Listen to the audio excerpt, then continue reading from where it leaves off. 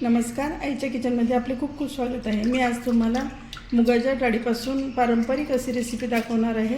ही सालीसकट मी मुगाची डाळ घेतलेली आहे। ही 2 तासासाठी भिजत ठेवलेली आहे आणि स्वच्छ धुवून घेणार आहे मी आता। तुम्ही वाटल्यास तुम्हाला बिना सालीची सुद्धा घेऊ शकता आणि मी याच्यापासून तुम्हाला घाटवणी हा प्रकार दाखवणार आहे।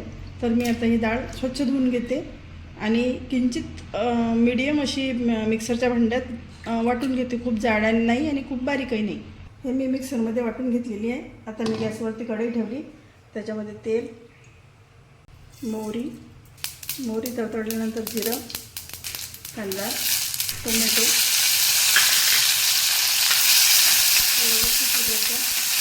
हिरवी मिरची, लसूण आणि जिरा याचा ठेचा, थोडीशी धनेपूड आणि थोडा कढीपत्ता, याला पण व्यवस्थित द्यायचं आहे। आता हे जे बारीक केलेलं मिश्रण आहे याच्यामध्ये मी ग्लासभर पाणी घालून घेते आणि थोडी किंचित आपल्याला याच्यामध्ये हळद घालायची आहे, चवीला कलरला हळद घालायची आहे आणि हे मिश्रण याच्यामध्ये घालून घेते मी। आता याच्यामध्ये चवीनुसार आपल्याला मीठ घालायचं आहे। तुम्ही याला मूग डाळीचं, भिजवलेल्या मूग डाळीचं पिठलंसुद्धा म्हणू शकता। खूप गरमागरम असं चविष्ट लागते, पारंपरिक रेसिपी आहे ही। आणि मी अजूनसुद्धा थोडं पाणी घालणार आहे याच्यामध्ये।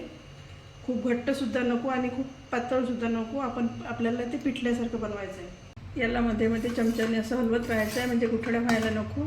आता मी याच्यामध्ये कोथिंबीर घालून घेते। याला 2 मिनटात उकळी येते, याला उकळीला खूप जास्त वेळ लागत नाही आणि 5-1 मिनटं आपल्याला याला शिजू द्यायचं आहे व्यवस्थित, म्हणजे डाळ व्यवस्थित शिजेल। अशा पद्धतीने माझं पारंपरिक अशी घाटवणी तयार झालेलं आहे आणि आपल्याला जर व्हिडिओ आवडला तर लाईक, शेअर आणि सबस्क्राईब करायला विसरू नका। धन्यवाद।